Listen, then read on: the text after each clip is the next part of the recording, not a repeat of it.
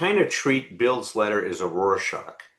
Now, what that means is that in psychology, there's personality tests that some are objective, where you're given certain questions, you're asked if they're true or false.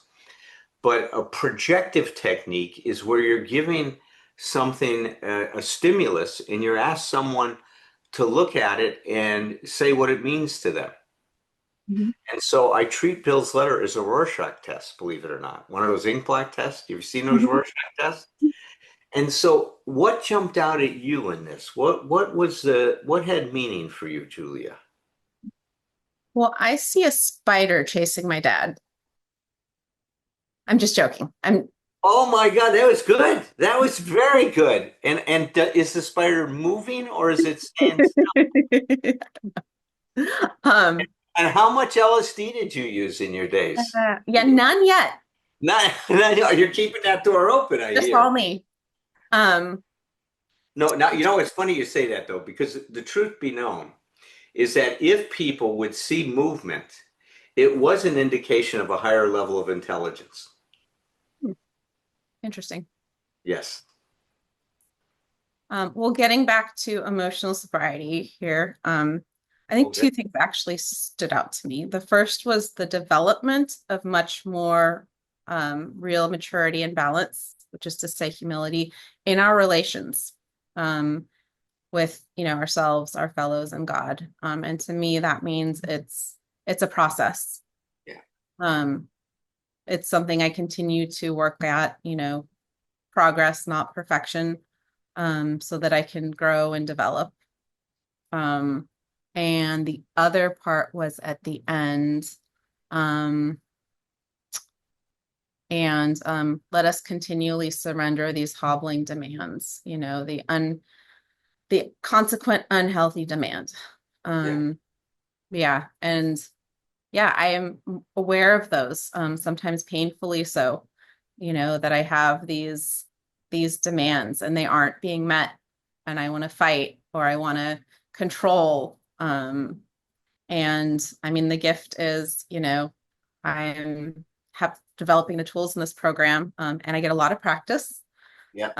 seeing it happen and trying to behave with emotional sobriety. Sometimes in the middle when I'm already fighting and sort of thrashing and saying, "Oh, it's happening," I can still make a different choice. Yeah.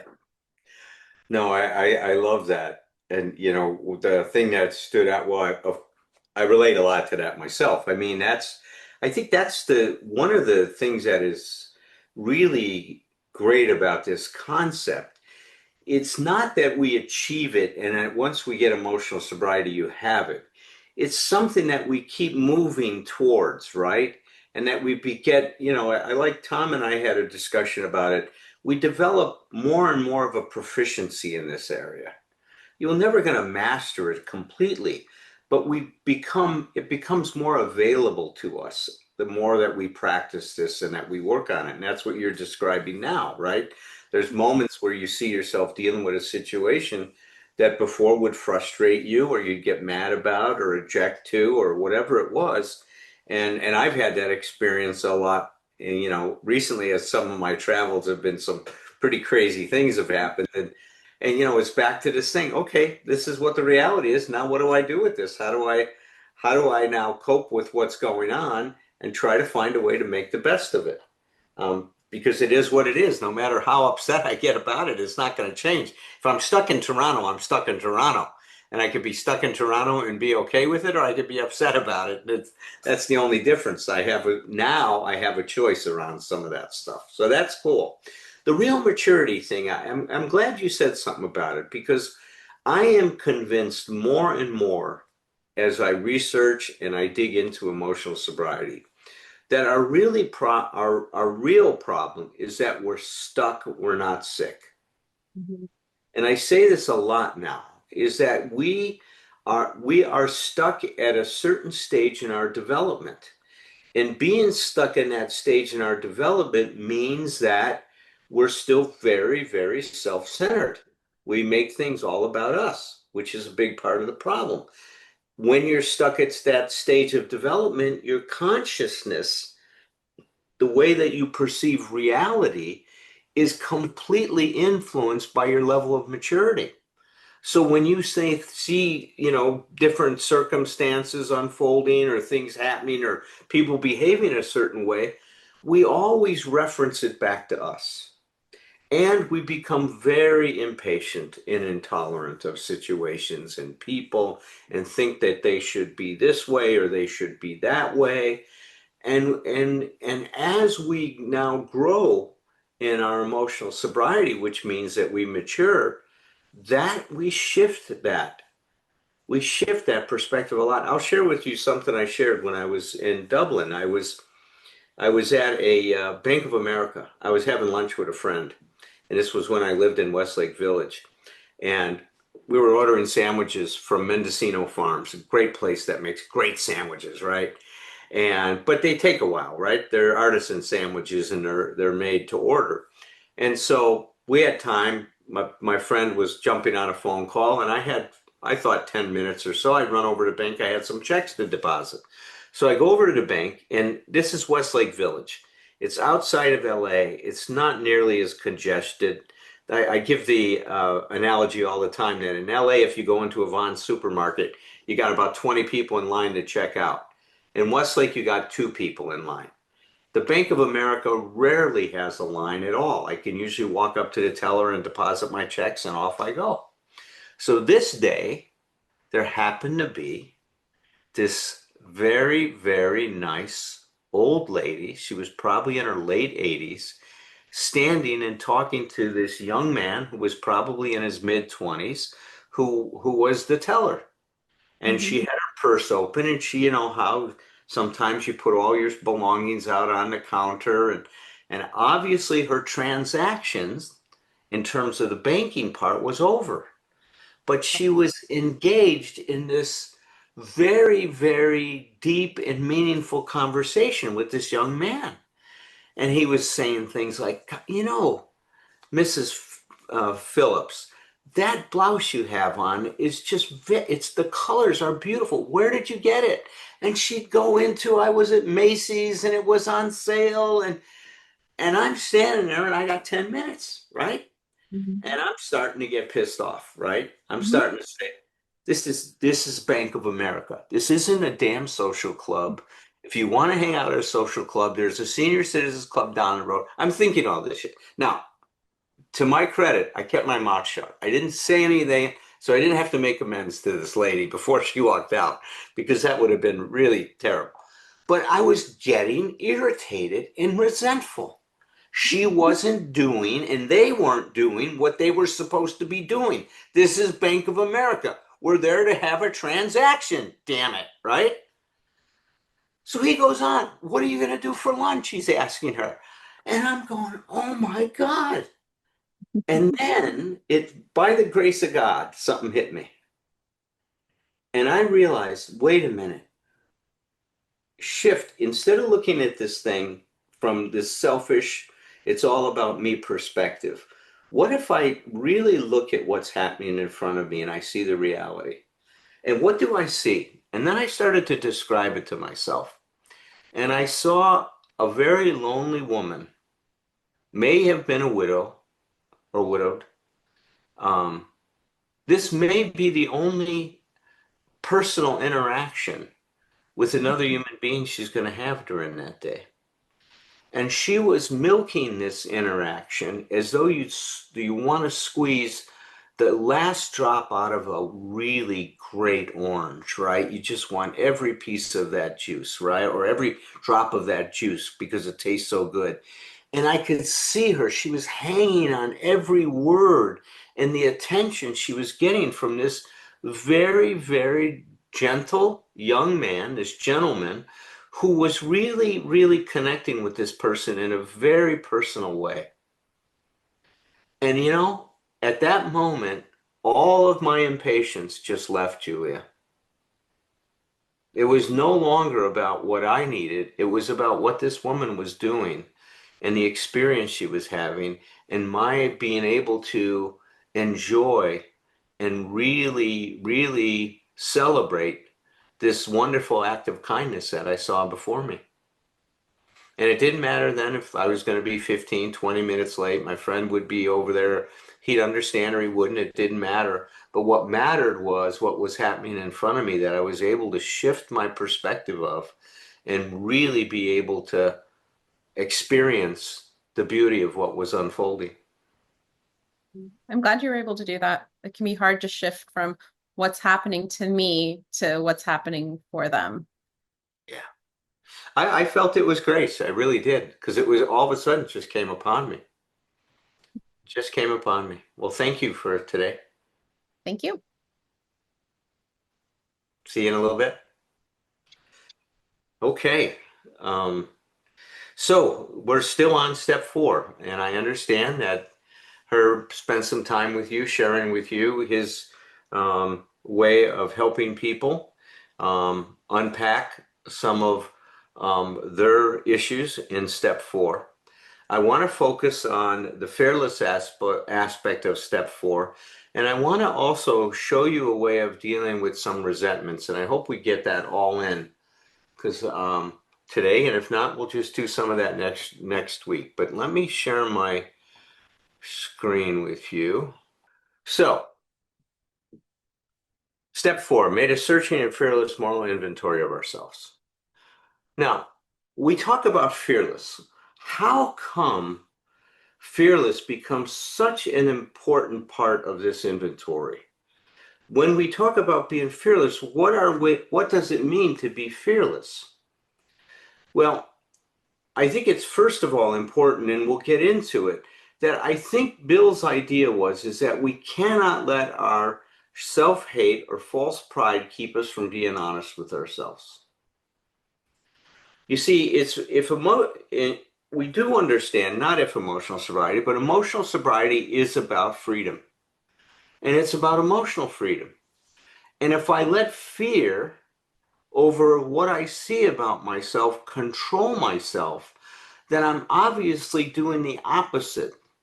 I'm not going to be able to achieve emotional sobriety if I continue to let fear have privilege in my life. Now, as a psychotherapist, I've been trained to respect feelings but not give them privilege. And I think that's what Bill is getting at with this particular step. But let's try and understand this a little bit more. And I like to use this model to try to talk about the fear that we need to be fearless about in terms of step 4. You see, we all start our life with a true self. That's the center circle that you see going on. Herb and I have, when we gave our talks together, we would show an acorn and an oak tree. And everything that acorn needs to grow into that oak tree is programmed in the DNA of that acorn. Now, you cannot teach an acorn to become an oak tree. It just unfolds naturally, organically, if it has the right conditions in life. The same is true with us. Our true potentialities will fold organically or naturally if we have the right conditions in life. But none of us do. That's the unfortunate thing. But that's the true self. That's the acorn in us, is our true self. What happens early on in our life, we become afraid, and this is called a basic anxiety, according to Dr. Karen Horney. We become afraid that we're not going to be loved, we're not going to be accepted, and we're not going to belong. That anxiety is intolerable. And we have to search for a solution to it. She calls that the search for glory, because what we're looking for is something that will help us rise above this fear that we're not going to be loved and accepted and belong. And if we can find that, we're going to be able to sing hallelujah and say amen. Well, that solution takes the shape of an idealized self. We imagine that if I can become the person I think I should be, that my life will just work. I won't have to be anxious anymore about being loved and accepted.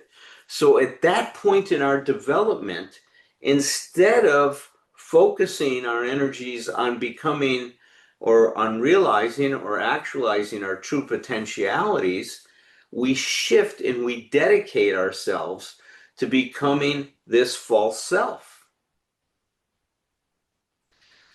The false self is made up of this tyranny of shoulds.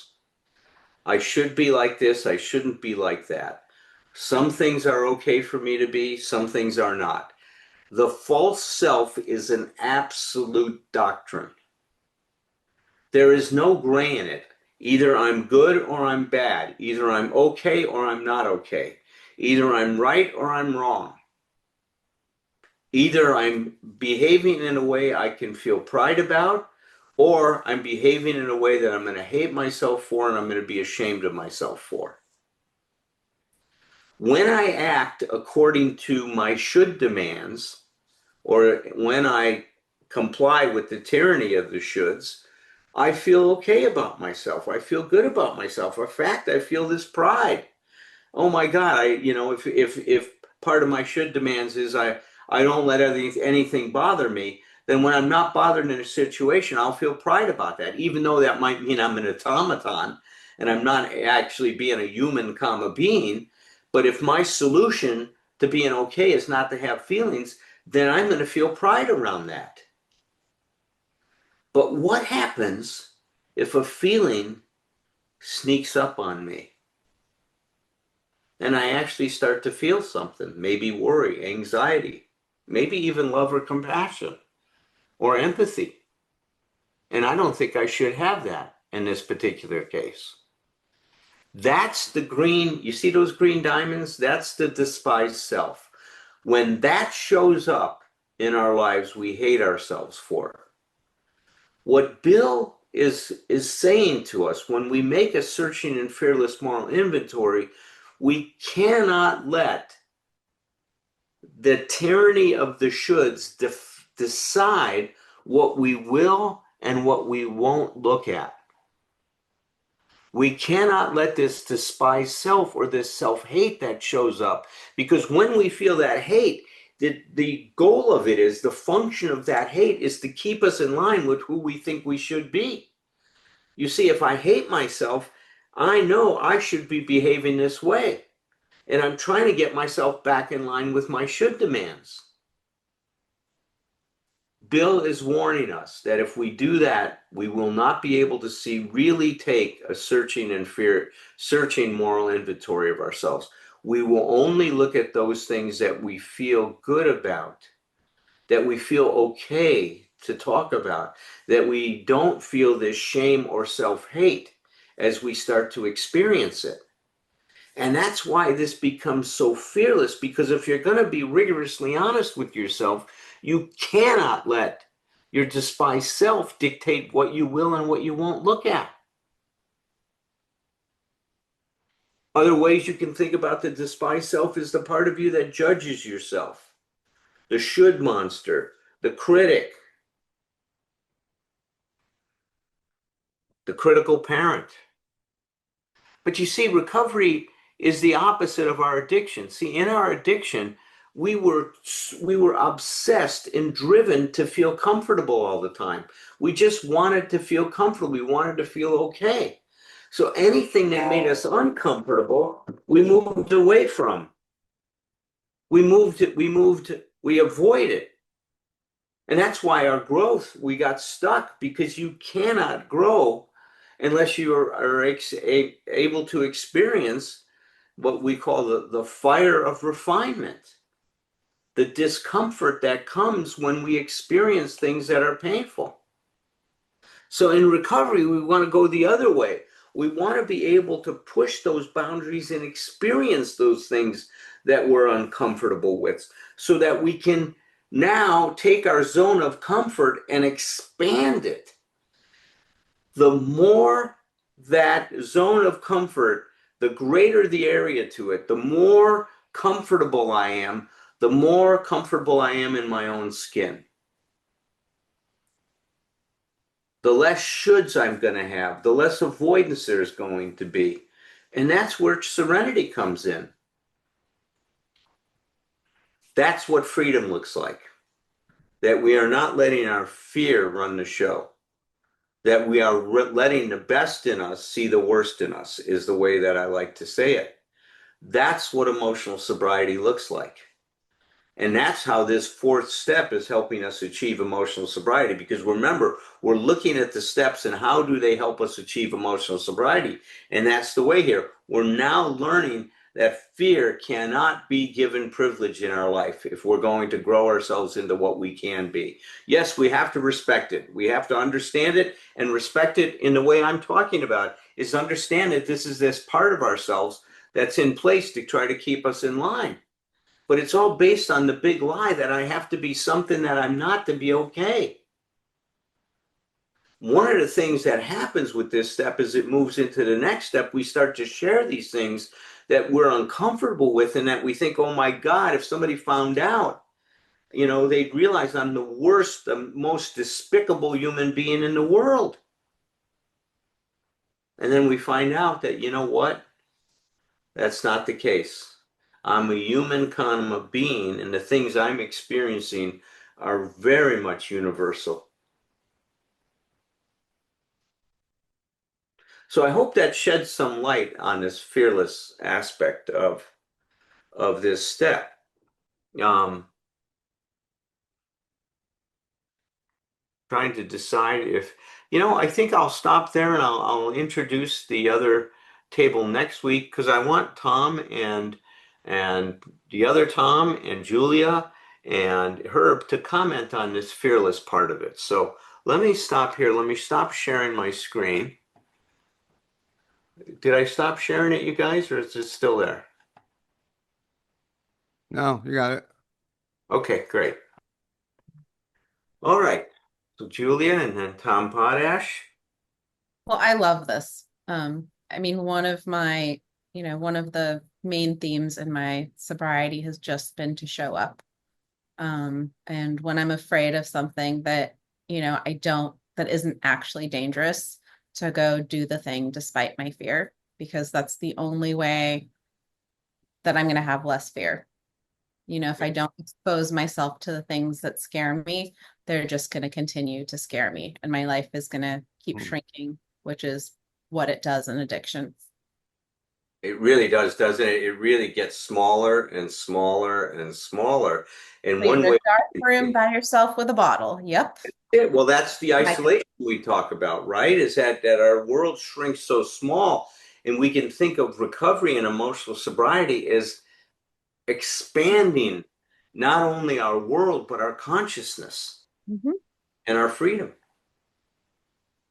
Yeah, I think that's so true. I often talk about the downward spiral, that I was taking for a long time. And now, in a lot of ways, I'm walking back up and out.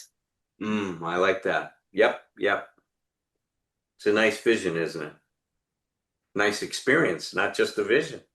Yeah. For me, it's more like chutes and ladders. Get get up so far and then slide down a couple rungs and work my way back up and Glad.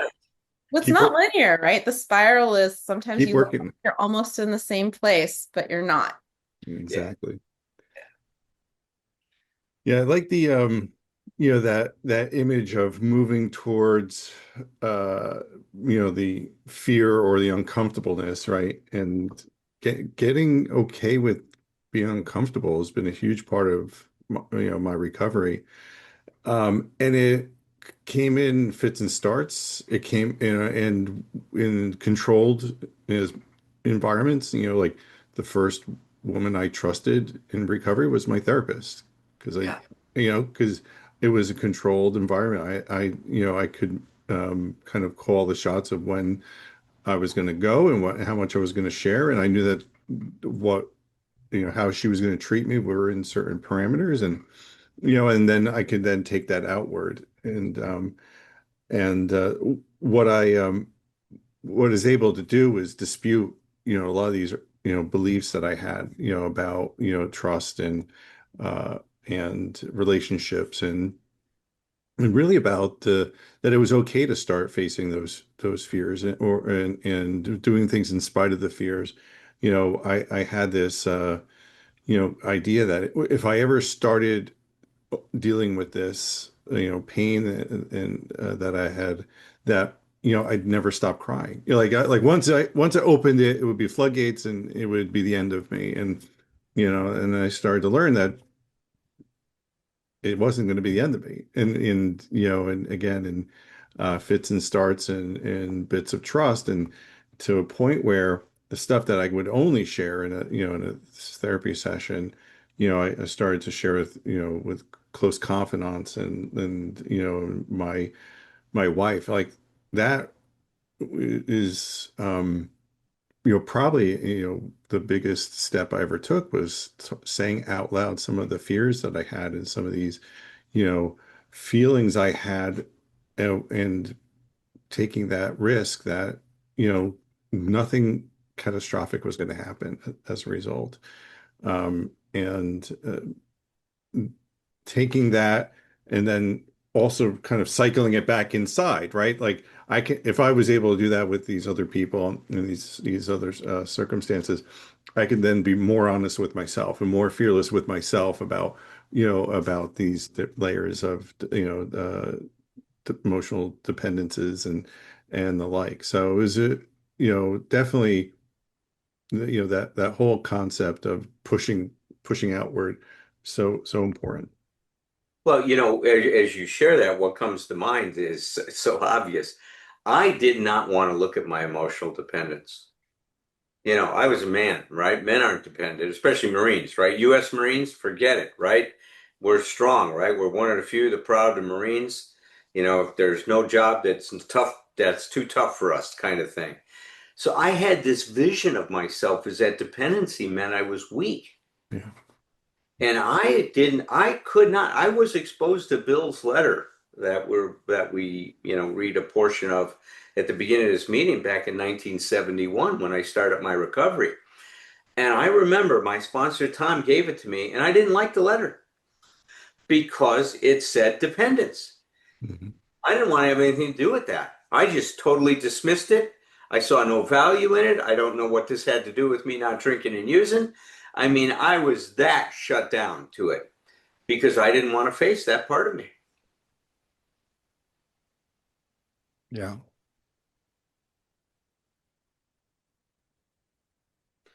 All right. Herb, what are your thoughts? Oh my. Oh my, I know Oh that. my. Oh my. Oh my. I have like 3 pages of thoughts and notes and arrows and structure and just essentially, and maybe the focusing on the fear is the most important, which is what you emphasized here. My experience with the step 4 and my understandings, certainly from the 12 and 12 also, but then your comments, Alan, is that emotional sobriety is about the truth. Hmm. And I didn't have access to the truth. Um, Mhm. this man that took me through, my first sponsor had me do an autobiography, which was the very first time that I had really connected to and talked about the total picture, all in sort of a process at once. Even therapy was sort of segmented and never in the context of the full puzzle piece. And Yeah. so that autobiography that set a stage for me later on to then trust this next person who was a step guide for me when he took me into column 4, the resentment, which which allowed me to just begin to tap into my motives, but with the clarity because of the process and this man's experience and his ability to ask questions, not give me answers, give me assignments, listen to my sort of interpretation, and then ask questions about my interpretation so that I was able to just begin to. And Julia made the comment. This is not a linear process. It's a spiral process. And the next time I did this look, because I began to face my motives in that particular time, at 5 years of sobriety, I began to see the corrupt motives that I had and the inability of me to actually have ever perceived that they were corrupt. It wasn't that I was ill-willed or stupid or uninformed. No, I was blind. I literally couldn't see it. And that began to bring a certain amount of humility to that process of approaching reality, to see that, in fact, I really didn't have any accurate idea. That, in fact, the myths that I had, the stories that I had were all lies, that they were Mhm. delusions. Mhm. And then later on, another man took me through the third column, and I was able to identify the beliefs. But each time they were encouraging me to pray, to approach this, even though I didn't have a realistic idea about God or spirituality. I had some old traditional ideas, all which were lies and delusions, but I didn't even know that. So it was a very impaired process, and yet a very effective process of confronting the story, seeing the lie, beginning to see what the truth is, and eventually being confronted with a set aside attitude about all of my knowledge and my experience, and seeing unmanageability at a depth that I'd never seen it before at 10 years of sobriety. So I guess what I'm saying, there's an acronym in the rooms, you've probably all heard it, about fear, false evidence appearing real. And it just captures what you were talking about, Alan, and what my experience is. I was not in touch with reality because I had lenses through which I looked. So I only saw what I could see through warped lenses. Therefore, everything was warped. And I was given some tools, questions, processes, and prayer that allowed me to begin to have the lenses ground. There's the grace and the willingness that combines here in some mysterious way, so that I really began to wake up. And emotional sobriety eluded me for 20 years as a concept, Yeah. and as an experience, until we began taking it apart and then understanding the letter and what we're doing here through the panel. So thanks. No, I love when you say that it's the truth. Emotional sobriety is the truth. It's Yeah, facing the truth, which goes back to this, that what we often said about being aligned with reality. It's having an appropriate and honest relationship with reality is what emotional sobriety is. yeah, And that's that same thing, an honest and appropriate relationship with myself, yeah. right? Because he talks about it. It's real maturity and balance, which is to say humility and relationship with ourself. And then he goes on with others and with God. But boy, you captured that very well. And you look, that's the other part of this, isn't it? It's connecting dots. Yeah. It's somehow I wasn't willing or unable or for all kinds of things. I couldn't connect them. I could not connect the dots. And then as that veil got pulled back, I started to That's be it. able to see the Yeah. connection of these dots. Right. This is what and I loved Larson when he was talking about the second first step, but Yeah. in one way, this is the second fourth step, is when Yes. we start to focus on now emotional dependence as the basic flaw, as the issue that we start to look at in inventory. And like I said, next week I'll talk about this way of looking at our resentments, and often builds on your model too, Herb. And I think it's going to be of a lot of value to people. Thom Rutledge, the Well, author of Thinking first of Clear. all, first of all, I bow down to her. I mean, when it comes to metaphors, it's like I mean, your metaphors are I mean, grounding the lenses. I mean, my God, you go into the detail. It's like, I'm just going like, it's like a chicken crossing the road. It's like, it's like, and he's, we're following him through this stuff, and it's making sense. And, until later, I So we What try was to that? explain it to somebody else later. That Oh happens. God, sometimes. yeah. No, off the subject. Dan Siegel, you know Dan. You know Dan. You guys know Dan. Brilliant man. I love to listen to him speak. It's like he makes everything make sense. He helps me understand why therapy works. He makes me understand why I can be good at what I'm doing because I get it. And I can walk out of his talk and somebody say, "Well, what did he say?" And I go, Uh-huh. I got nothing. I mean, I couldn't. I mean, and there's nothing complex about what he said. I don't. Because he's a master at bringing it down to all of us. So I love him. Well, I'll just do this. You said the word, Alan. It's like you said you weren't willing, and one of the things that is stuck in my head, and it's because I was working with the idea of willingness today, is the willingness is really kind of the antidote to the fear, the beginning of this. And so all I'm going to do, because I just happened to the muse struck today, and I just happened to have written something called willingness today. So I'm just going to read it to you guys and be done with it there. And it's willingness by Tom Rutledge.